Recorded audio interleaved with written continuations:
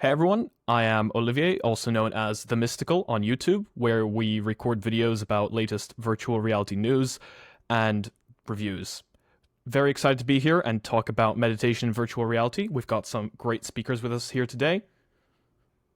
Hi, everyone. I'm Nanea Reeves. I'm CEO and founder at Tripp, and I'm excited to be here and have a good conversation about how to meditate in VR and use technology to help address people's mental well-being. Hey guys, I'm Nathan, so I'm the Director of Marketing at CCG, Community Care Gaming. We've shortened it to spare the long name.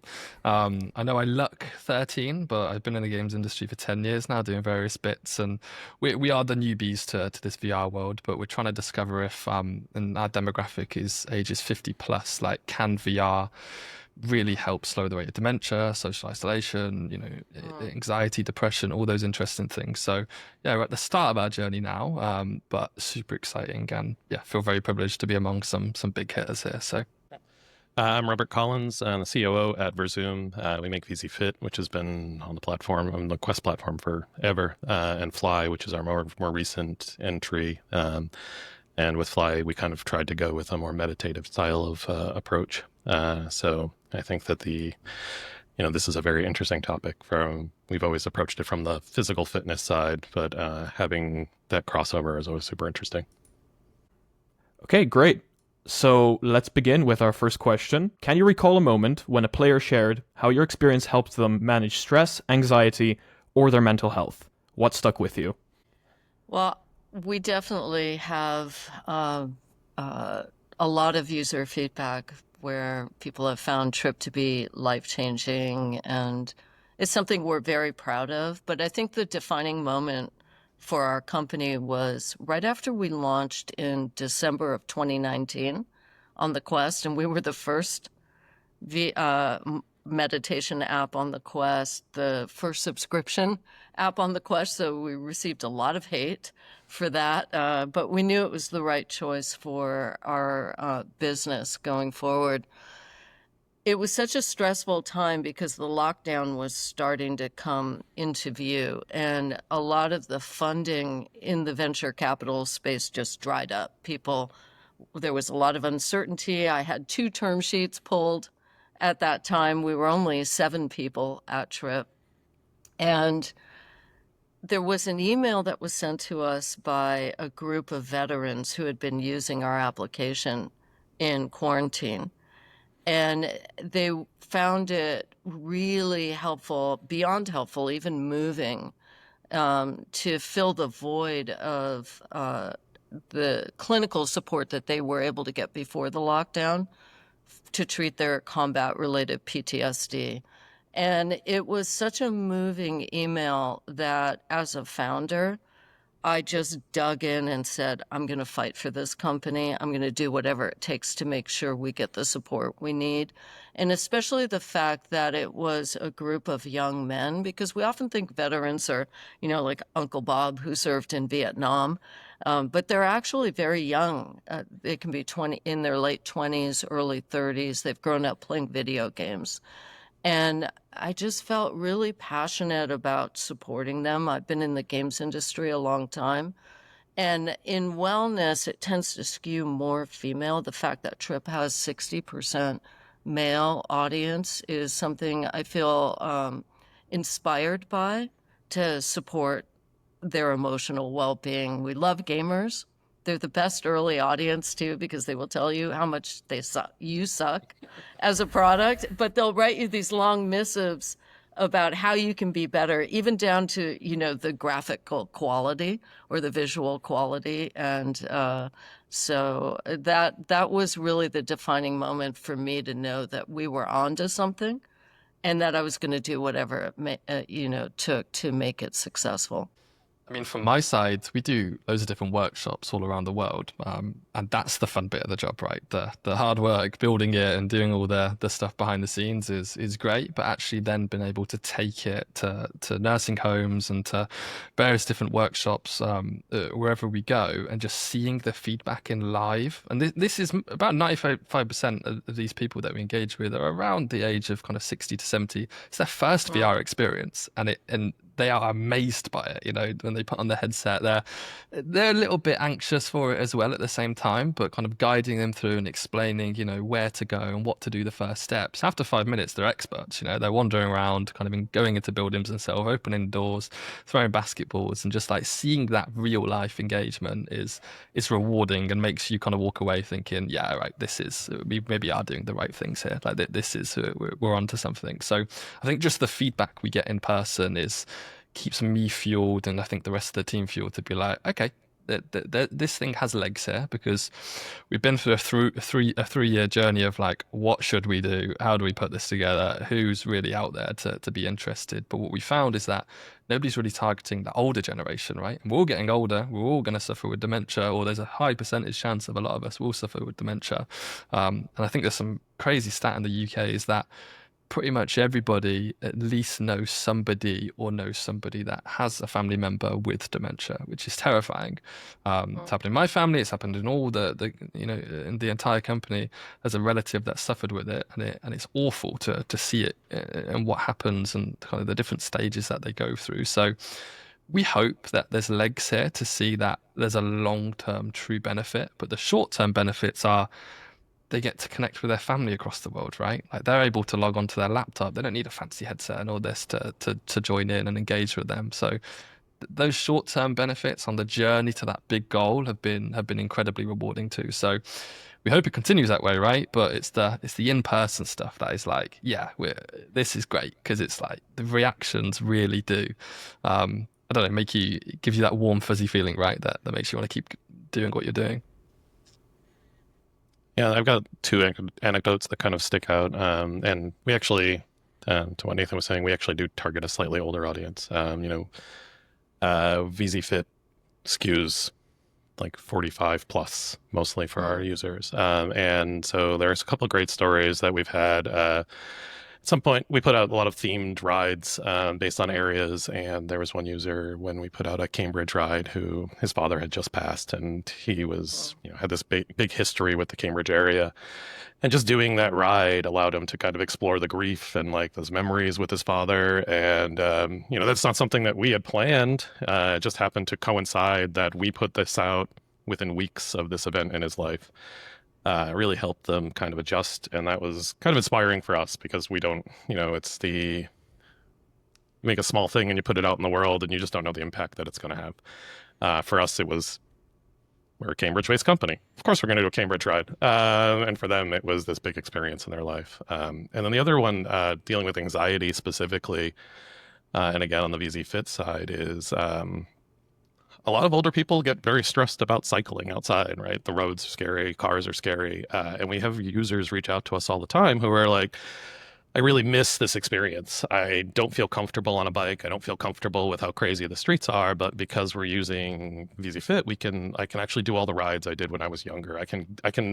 We have people reach out and they're so excited that they just like, we're able to ride around their neighborhood again, which should be such a simple thing, and it just gives them that joy again and gives them that engagement. And I think that is something specific with the older audience using VR too. They're really looking for more connection. I guess a really young audience too. There's a million kids out there just talking to each other in VR, but it does seem like there's this middle ground where most of the target gamers are doing solitary experiences because they have a social life, and VR is kind of their escape. But then on the other extremes, I feel like it's kind of becoming this social space where people can find community and help with that mental health stuff. Okay, thank you very much for those answers. Very interesting to hear about your experiences with people using your apps. Now we can move on to our second question. Mental health is deeply personal. How do you balance creating a calming, structured experience while still leaving room for each user's unique journey? Well, I like the category of mental well-being in the sense of mental wellness, because we want to think proactively about how to support our emotional inner life and our mental state of mind. In the same way that we proactively know if we sleep well, we work out, we eat right, we're going to maintain physical health. When we get into areas of mental health, oftentimes the approach is to wait until someone's in crisis or they get a diagnosis, and then they look at it. And I really want to help kind of destigmatize that for people or be a part of that. And I think apps like Headspace and Calm have done a wonderful job to think about, oh, I need to take care of my mind and my inner self, as it were, like I would my outer self. What we do is we never started off creating Tripp as a meditation app. I was an early investor in Oculus, and I went down to the Orange County office before Facebook had bought them, and we tried the Crescent Bay demo that they had with the alien and the dinosaur that comes out and scares you. It was back in the day. And all the experiences were designed to scare the pants off of you. And it was such an interesting experience to think about how I knew I was in a conference room standing there, but I also felt like I was going to fall off a cliff at the same time physically. And it generated this visceral fear. And the whole ride home, I kept thinking, if you could generate fear that easily, what else could you make someone feel? And could those feelings be positive? So our goal with Tripp initially was to incorporate sound frequencies and visuals that were architected with a scientific foundation to see if we could produce calm, create energy. It was more like a mood catalog or mood on demand. And I had the good fortune of sharing the early prototype after I got funding for it with Jack Cornfield, who is a meditation teacher, runs Spirit Rock, very highly regarded. And he's the one who said to me, you get me into such a calm and receptive state, why don't you give me a teaching that I can receive in that moment and take out of the experience with me?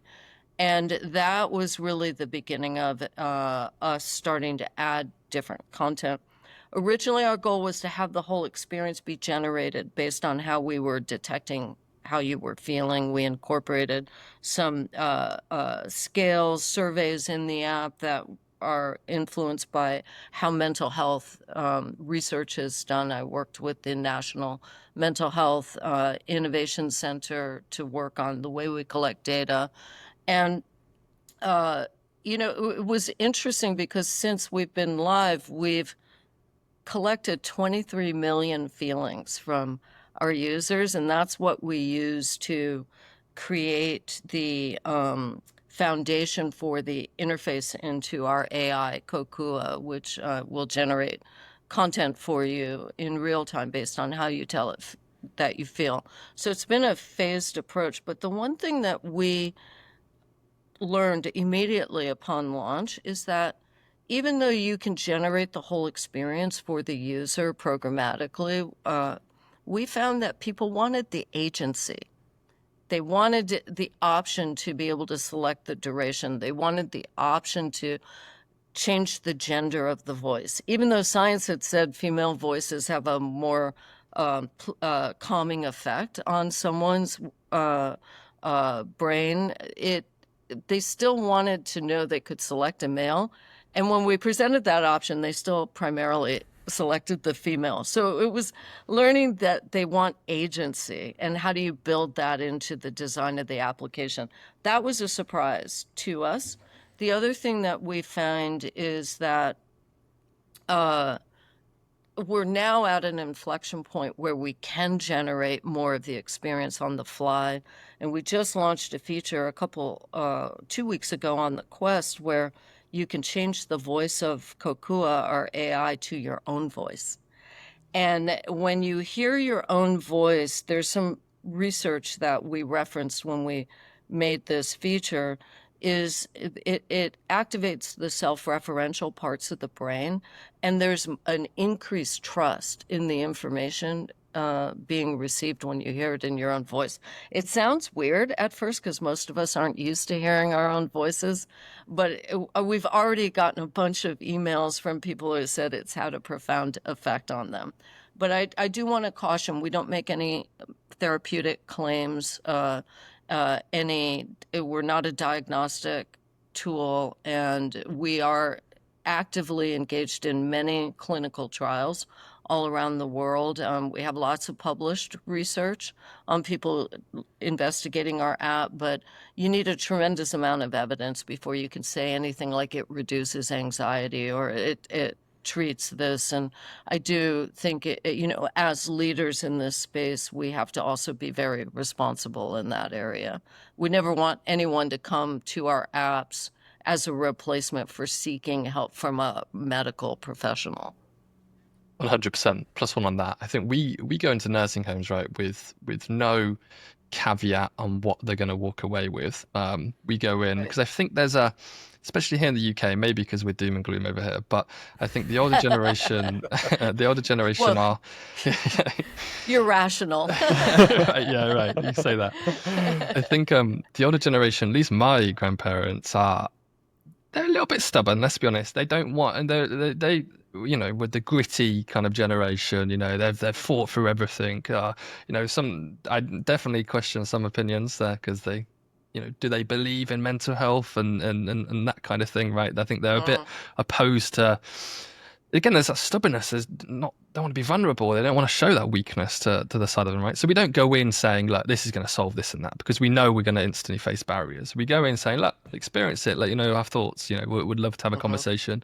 But the conversation we have before and the conversation we have after with them is so different because they're not guarded anymore. We brought them down to a level where they're calmer, they're able to speak to us about these things. They feel like they can open up just through, it could be walking through some generated trees, or it could be going back to a core memory or going to a concert, just listening to, the Beatles, walking through anything that triggers that kind of memory, just brings them down to our level again. And it's like, it's super fascinating to see. And it's quite jarring, I think, at first, 'cause it's like, whoa, look at that switch in character just from that kind of interaction. But again, we're not going in promising anything because we know with that generation would face those kind of. We've had some fascinating kind of workshops and groups where it's become kind of a full sit down and full circle conversation where we're all just sharing our thoughts and talking about the issues that we faced, and it gets emotional because it's like, damn, they've been holding this in. You can tell they've been holding this in for decades, like, and it's nice to let it out. So I think anything that we can do, and again, I keep saying this, yes, we've got this top goal of doing something life changing, but the journey there is the best bit so far, because we're finding out so many other things. People with strokes now, for example, we've taken it to them and they've said, look, I haven't had a feeling in my left arm for a decade, but when I've got this headset on and I'm my character's hands are going near the warmth, I can feel something, because the brain's such a powerful thing. So Yeah. The things we're finding on the way are fascinating. There's so much potential in this, right? And that's why I'm sure we're all invested in it and we're all super excited for it, because we keep saying then the doom and gloom side is, look, you've got to put on this headset, it's sweaty, after 30 minutes it might hurt your head, you might have a headache, right? But in 10 years, what will it be, right? It'll be a pair of glasses or something, or as simple as, whatever it is. It's just super exciting, like, that we're on this journey. And yeah, there's so much. The sky is the limit, and it's just what's going to be next type of thing, right? It's really, really cool. Yeah, I think we kind of go down the middle of both of those answers, actually, because we are doing very unintentional. I think that there's you can put the headset on and intentionally want to get into a meditative state, and Tripp is like really great for that. But a lot of people are reluctant to even approaching that, right? You talk to them about meditation and they're like, they don't understand it. But either on a long bike ride or in Fly, where we kind of tailor this experience that we're just doing like very calming music. And so you think you're just playing, but really, like, one of my favorite stats for Fly was I wear a heart rate monitor all the time. And at some point my heart rate monitor told me I was asleep while I was playing the app, because my heart rate had just gone down, and my body was behaving like it was in this rest state, in this meditative state. And so we do give players and these, like, a more guided route of, hey, you can follow these things, but we also allow free exploration. And that exploration, it's one of the cores of what we try to do as a company is, I think that everybody understands that going outside and taking a hike is really good for your mental health, right? And it's just because you're exploring new spaces, you're seeing the world around you, and you're just kind of moving. And providing that in a VR space, if we could incorporate smells and things like that, it would be so much cooler. I don't think it's been proven no one really wants to wear that smell-o-vision thing, but I think that is the future of how do we incorporate these into more realistic scenes and kind of get people to go outside while being inside. Obviously, there's great mental health benefits to going outside as well, and there's a balance there. But not everybody has that capability. You can't. Again, as you get into an older population, the idea of hiking up a mountain becomes very daunting. But if you can provide that same experience to somebody and the mental health benefits that they get from kind of, getting into that flow state or that just normal body state where your brain is very focused on the activity that you're doing on the bottom level. And then in the background, all this stuff is happening in your head that is just kind of, you come out of it feeling refreshed. And so, yeah, that's what our goal is in those, is to try and replicate that feeling. Yeah, we just added to our mobile app some guided walking meditations so that you can get out into touch grass mode, we call it, right? Yeah. I think that's great. And I love what you Yeah. guys do with incorporating the virtual space and the real space. I think it's really having just knowing that, I can go to this app for every activity, not just VR, helps a lot. Yeah, definitely. Well, thank you very much for those answers. I think it's really interesting hearing how some people will jump into the app not necessarily looking for something to maybe improve their mental health, but then will come out of it actually having their mental health improved. I think that's important because, as you mentioned yourself, some people are actually reluctant to believe in mental health, I could say, but this is still something that is going to help them, which is amazing. I think younger people, though, are much more conscientious about it, and they're helping all of us who should have been thinking about it sooner than later live more balanced lives. There has been an interesting thing we've seen in a couple of our grief groups online. Was written about in a really wonderful article on MIT in their magazine on people somehow, because they don't feel judged by being seen to be vulnerable, they can actually open up in a way and express emotion that's really overwhelming in the container of having some other avatar represent you. Like the woman in the article said there was someone showed up like a stick of butter, and there's something about that kind of makes it easier to express yourself emotionally. But we noticed when we launched our AI that there was the conversations that it was having with people were really interesting because we don't look at the direct content of the conversations for privacy concerns, but we surface up themes so we can ensure that we're building guardrails for safety, et cetera. And of course, everybody's tried to have sex with our AI as soon as we launched it, right? Because, that's what gamer kids do, right? But what we did, we started seeing, and this one was something that kept coming up. I can't stop thinking about this girl. How do I manifest her texting me back? And you think about, that's probably somebody who's about 15, feeling really strong emotions, but they would never say that to one of their friends. And the fact that or even another person in their lives, the fact that they felt safe enough to do that with a machine and not feel judged, feeling vulnerable or in a state, of wanting or, weakness maybe, or this, I think, is such an interesting new way to look at how humans interact with AIs emotionally. Of course, there's a tremendous amount of responsibility there and care, which is why we're constantly looking at how we moderate the content and how we might support someone by connecting them to a helpline if they're in a real state of despair that could be, dangerous for them. So, I do think we're all learning a lot through this as well as we roll out these solutions.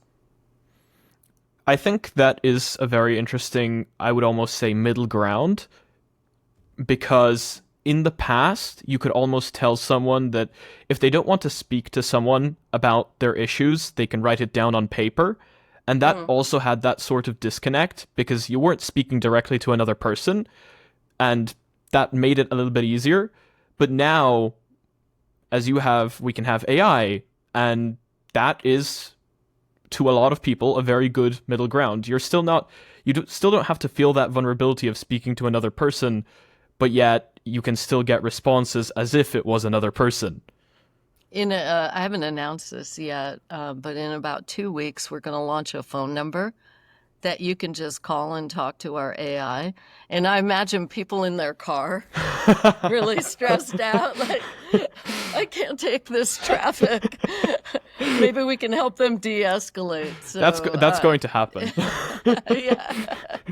Especially with LA traffic. Come on. Yeah, and it's incredible because I was testing it. I've been testing it for the past couple weeks, and I was in San Francisco on Friday, and my Uber driver taking me to the airport was from India, and I asked him, "Can you speak Hindi to our AI?" I just dialed the number and see how it responds. Does it sound right to you? Because it can speak multiple languages. And it was incredible to see it just adjust to speaking his language. I had the same thing with someone in my life who is native Spanish speaking. And her reaction was really powerful, because she doesn't have a lot of people who ask her how she's feeling right now in this moment. And to have an AI present kind of care and support, I think it's so interesting. Yeah, I'm here for that for sure. Yeah, for sure. And I guess that perfectly brings us along to our next question, because you're each doing mental health from a different angle. How do you define success when it comes to emotional impact in virtual reality? Well, I want us, let's talk about the elephant in the room, right? The VR audience, the install base. It's not that large when you compare it to mobile. It's hard to double your revenue year over year once you're kind of, fully deployed.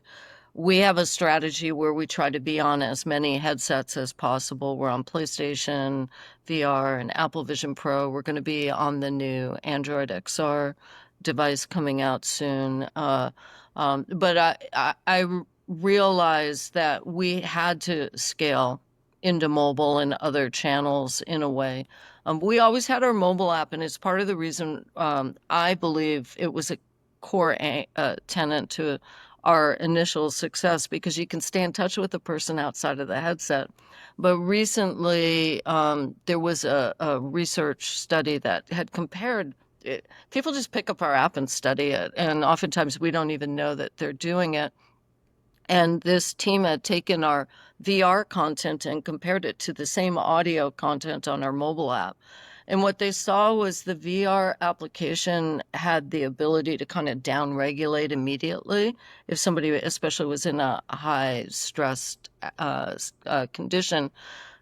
But what they saw with the mobile app was that it had longer-lasting psychological benefits. So I thought that was fascinating.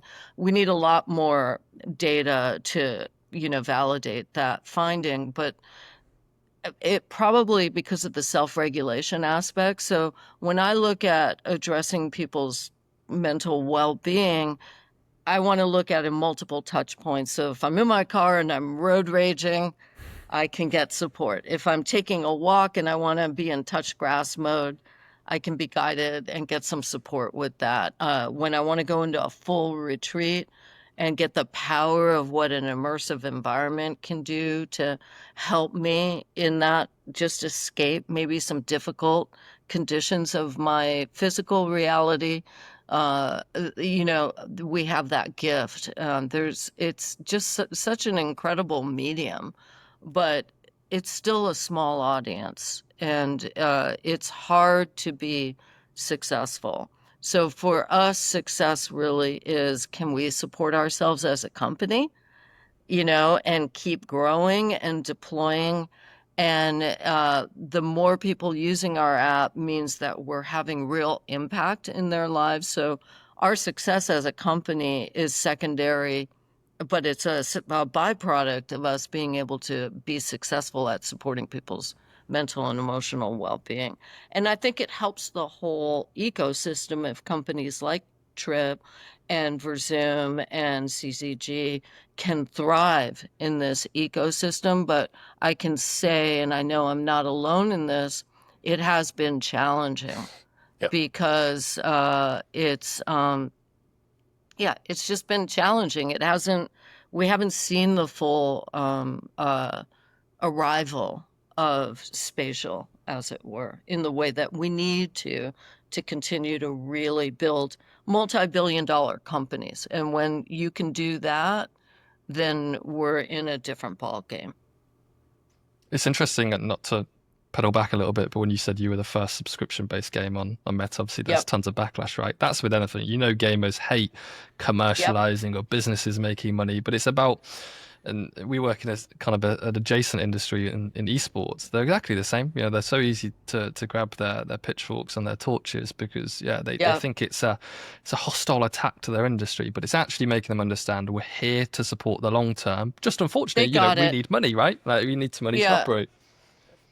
Yeah, they got it after a while because also, you do. But I feel like subscription, if you really break it down, is a very fair and honest business relationship with the end user, because I have to continue to provide ongoing support to you and evolve the product.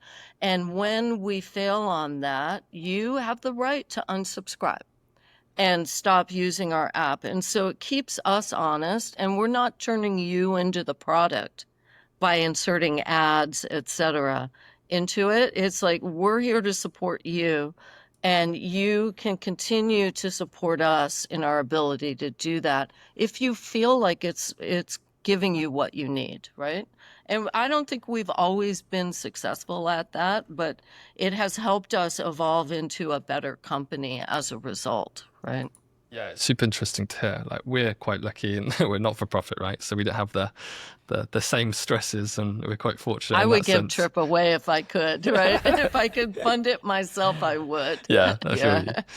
Yeah. I think my success, what would be successful for me is, of course, the top level goal. I would like this deployed in nursing homes all around the UK and connecting people together. That's the ideal, but that's a 10-year goal, right? I think the short term is just seeing, I guess, this early adoption, and it's fascinating because, as we know, again, if I went to my granddad and said, "Look, put on this headset and you'll have this amazing experience," he'd be so reluctant to do it. But once he's done it, he'd walk away and be thinking, "What? How silly am I for being? Why was I so against that?" Or just the thought of that. Like, there's just this stubbornness against new tech and what it kind of is here for. So just seeing the adoption and the reactions from people afterwards is enough for us right now to keep us going. We're fortunate that we've got enough money in the bank to not be stressing about what next year looks like, right? And we're fortunate that there's always a constant stream. I mean, don't know, I'm sure there's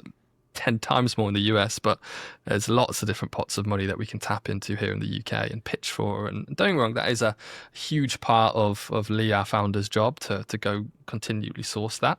And that's not easy, right? That is huge pitch decks and a huge amount of resource spent. But it means that we get to keep ticking along and focusing on the really rewarding stuff. So in my mind, the short term is what I've just kept saying, and I sound like a broken record via this, is just the smiles, it's the reactions, it's the short-term gain of them going, yeah, that is an amazing experience. I'd love to do more of that. That's a win in our book, because that means we can come back with adaptive products and keep them invested, I guess. Yeah, I think we're in the same boat of, we just, I think with Fly, we went into the building it, and if you don't know what Fly is, we basically recreate Google Earth, but as a flight simulator experience. And we built it and we were like, this is really neat. And then we added like a day-night cycle, and being able to just see sunrise and sunset like over a mountain is kind of amazing. And for us, the goal with that app specifically is just to kind of create those emotional experiences that tie you to wanting to have one of these headsets. I think that it's great that the ecosystem has significantly grown within the Quest, but there is a big, huge risk of handing someone a headset for the first time, and no offense to like Horizon Worlds, but you go into something like that and it just leaves you like, oh, what's the big deal? And I think that it's on a lot of these bigger apps that have been around for a long time that have a big name to be those aha experiences for people from an emotional impact perspective. Um, there's a lot of burden to putting that headset on. And so if you're not getting that dopamine every time and you're not like, wow, that was really great, and you don't want to show somebody else what you just did, probably it's not successful. And so that's how we've looked at everything going forward for Fly. And then the next stuff that we're working on is just kind of trying to create those really magical moments of you feeling like, I couldn't do this anywhere else. And that's really rare. Not to contradict, but I do think many of us are creating more serotonin generating experiences, and it's amazing to, one of the inherent properties of VR is the ability to trigger awe and with scale. And once you can get somebody into that state of, oh, wow, no matter what they are feeling, it's suspended for that moment. The hard part with any VR, and I'm sure, Nathan, you've seen this, is how do you get that, oh, wow, the second time? Yeah. Right? Yeah. Yeah. We had, I don't know if you guys play Outer Worlds, but we'd never, before we took it into a nursing home or anything, think, you know what these elderly people would like to do? They like to shoot aliens. Like, we didn't think that would be a great case study to try. They love it. And we had to sit them down because it was like, okay, be careful. Somebody told me that because of our, evolution, that the brain does respond with a dopamine response to hitting a target. Yeah, I see. And so there's a satiety that happens when you hit a target. So I think that's probably why first-person shooters are so popular. Yeah. More so about that as opposed to being in a killing mode, right? Or the violence. It's more the satiety of hitting a target.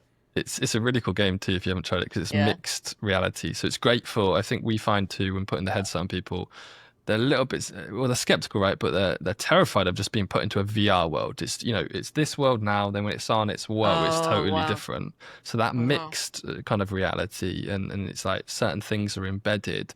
Is that softer blow of like, this is your entry into it, shoot these little blobs here and there, then we'll send you into the proper world where it'll be fully immersive. So that was interesting. But you only learn these things by doing them, right? There's nothing we could say or prepare ahead of time and think, that's probably right. Just doing. So this has been a great conversation. Thank you so much for being here today. And we do have time for one more question, and this one's actually going to be about Tripp. So as platforms like Tripp continue evolving, how do you see AI shaping the future of mental wellness in VR, from adaptive meditations to personalized emotional support? Right. So we are right now generating little adaptive reflections, and that's live on all platforms. We're launching a more conversational mode on the phone number first in a couple of weeks, and then in our mobile app, and then we'll bring that into VR as well. On mobile, we're also in a couple of weeks, we're going to launch real-time image gen. It'll generate a supportive visual in real time and context to the audio. It's a precursor to us eventually generating more of the experience. We're experimenting with, we've done some prototypes on kind of changing the weather in a VR scene programmatically to your detected mood. We also launched our AI breath detection, which detects the breathing patterns from the IMU on the headset itself, the gyroscope, and that's been live for over a year. So we're visualizing your own breath in a couple of the experiences. You'll see us do more with that, where like your breath can actually change elements in the environment. So I feel like we're just in the baby phase of it, but we've been building our platform for the last 6 years to get to this stage, because it required some framework that forced us to build, where having that concept that one day the whole experience would detect how you're feeling and adapt to it. We had to be able to update the app in real time without having you download and update the app. So that the way we use the Unity asset management and addressable system was architected for that. And the way we create our bundles programmatically on the platform side of Tripp was also designed to respond to how someone was feeling. But the tech is moving so quickly now that we're really excited about what we're getting ready to launch. And it's been very fast. Just the fact that you can change Kokua's voice on the Quest to your own voice is such a powerful implementation. And yet it's so simple now to do these things. We're also adding a feature on the back end where we detect semantically how you say you're feeling right now. That's been live for a while now, since last July. But we're adding an AI backend that will detect certain qualities in your voice of how you feel. So you could say, "Oh, I'm fine," but it could detect you're not fine, right? And how the AI can adapt to that information in real time to support you. We're on the verge of that. Honestly, it's easier for us to evolve our AI stuff in mobile first because, when you bring anything into VR, you have to think about what's happening up there, what's happening behind you. So we can harden the tech a bit more. But I'm really excited. I think in less than 18 to 24 months, you will go into Tripp, say how you're feeling, and elements of the entire experience will be adapting to exactly how you say you feel, but also other ways that we can detect that you're feeling. And then also collectively, you may find even regionally certain people are experiencing the same thing. How can we kind of use that understanding in real time that people in this area are very stressed? Let's help them immediately upon entry. So I think that this is the most exciting time, I think, in our human existence to be alive. When you think about automation and robotics and AI and spatial, how we can use this to transform the way we see ourselves, but also how we see the world around us. And I personally want to try to think of ways with augmented reality how we can visualize your ripple effect on the world by taking care of yourself. So this is something that we're working very aggressively on right now. And I'm just proud of the team that we have at Tripp because they put their hearts into it. And going back to the first question you asked, Olivier, about the feedback, the fact that we get feedback all the time that what we're doing is really helping people, it's an honor to be able to show up for that mission every day and to create a team that or a company that's attracting people who are really motivated by that. I think all of us working in this space, when we understand the contribution that collectively technology can make to help people, we also know it can be used to hurt people. We've seen the impact, even without the intention of how it's impacted people's self-esteem, with social media.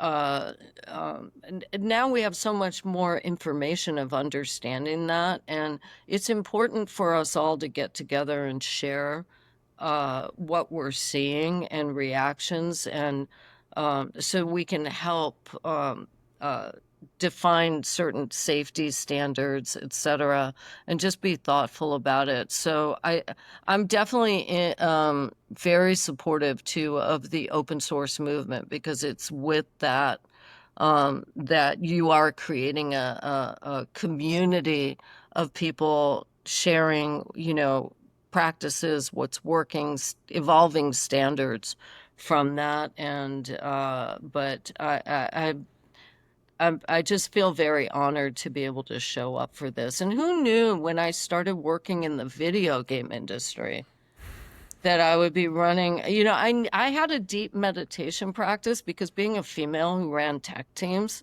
of game devs, like, I needed it, right?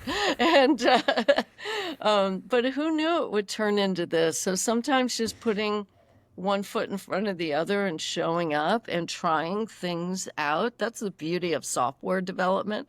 You try things out, like Nathan was saying. You bring it into an environment, and who knew that you would be helping seniors with their mental health? Or you approach something like fitness and you want to create a cool experience that takes people, transports them to new places, like Robert's team is doing at VIRZoom, and that it would have this effect. So I would just encourage all the makers out there just to create and start that beautiful conversation with the people using our apps, where they tell us, this sucks. Oh, I love that. Do more of that. That's the whole process, right? It's an ongoing conversation. So anyway, thank you for letting me rant on that. But yeah. Thank you for the answer. Yeah. To kind of You're welcome. add on to that, Nathan and Robert, what do you guys see for the future of mental health in virtual reality? Oh, take it away, Robert. I need to think. Yeah. Okay. I mean, I think that this is so intriguing. Like, I love everything that you're talking about with this AI and getting context clues, and then it also immediately springs 10,000 questions of, like, cultural contexts are so different based on where you're from and the language you speak, and how do we deal with all this stuff? And I think that this is like the approach in the future that I see is that you do end up with this more universal rule set where, if you can have something that actually can speak to you, and you can do even something as realistic as, like, live journaling, where you're talking to an AI, and I was 43 years old. I can't draw anything. I've never been able to draw anything in my life. And, like, every time I see a friend who has a journal that also has just writing and images in it, I'm just so jealous that they can express in that way.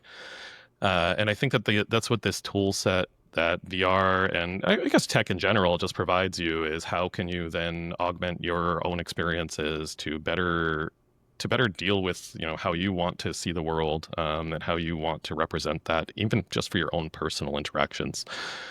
And then beyond that, there is unfortunately, therapy is not easy to find for people. It's expensive, and there's gotta be at some point some base level that is approachable from a perspective of, obviously this is not going to be, I don't see AI psychiatrists in the near future, but somebody who can at least get you through, like, hey, like, these questions about how do I deal with the troubles of dating, right? That's a really great example as a child of, like, you're a teenager and you don't know how to deal with these things. And having somebody to at least provide you some guidelines of, like, hey, these are, like, norms, and these are things that maybe you should be doing. Or maybe think about this way, or frame it in a different perspective. We kind of live in these little echo chambers that we create, and having software that can help you pull you outside and maybe see a different perspective of that.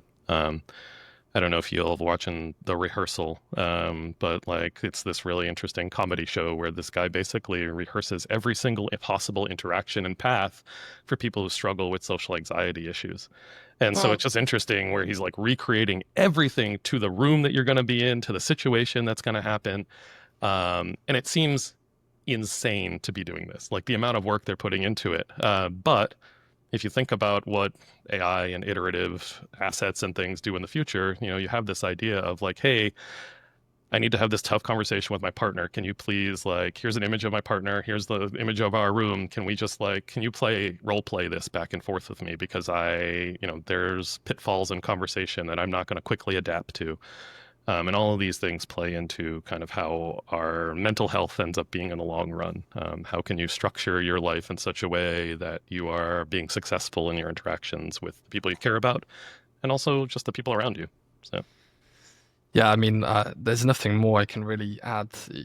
Both your answers were amazing and covered a lot of things. I think the only thing I will reiterate is VR is great in moderation. Anything that we do is great in moderation, right? I think we're onto something really amazing, but VR is at its best with other things as well. You can't do it a replacement for never going outside again. It won't do that. You still need to go outside. You still need to get your fresh air. You still need to get your vitamin D, those type of things. It's the attachment. It's like, okay, I've done these things. What potentially, and especially for those that I think the accessibility world is huge for, right? Like if you can't leave the house and go to the gym or do these things, then there's that headset is a game changer. It changes your entire world, right? And what you have access to. So I think in moderation, it's amazing. Obviously, it's, goes part of the video game industry, right? So which is the best at connecting people all around the world, which it continues to do. So I think, yeah, just continuing down that route and not letting the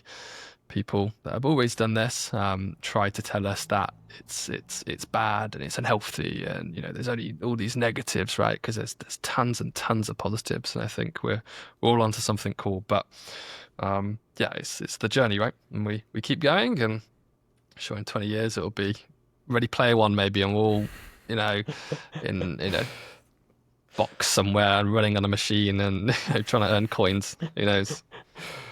Well, thank you very much. It has been a very interesting conversation, but that's all we have time for today. Thanks so much for having us. Really appreciate it. Thank you. This was great. Yeah, thank you. Thank you for being here. Everyone.